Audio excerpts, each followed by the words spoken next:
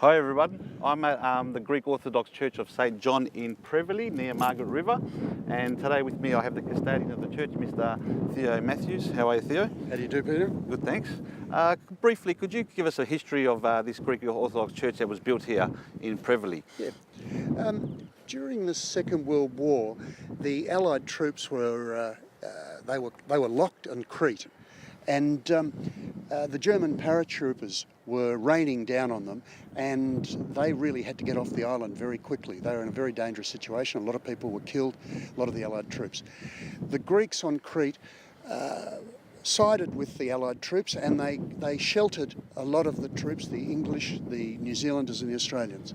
One of those troops was Jeff Edwards, who developed this land around us into the community known as Prevelly, spelt with a Y, not with an I. What year was that?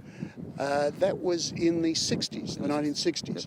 The war, after the war, he came down here, developed this community, developed the caravan park and the shop, and as thanks for the Greeks that had given their lives in some cases to help the Allied troops, he donated this land and organised for the building of this chapel.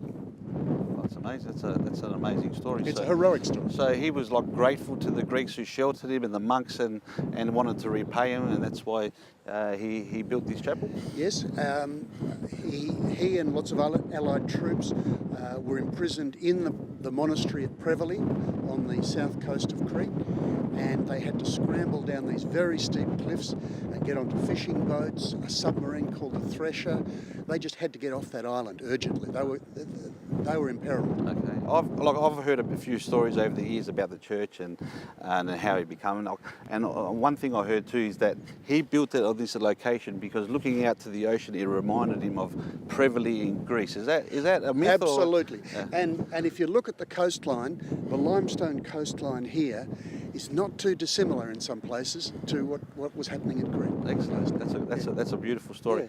Yeah. And I just want to thank you for looking after our beautiful church, which represents probably all the Greeks in Western Australia. You're doing a great job. Thank you very much. Thank you, Theo. It's been a pleasure. Thanks, Theo.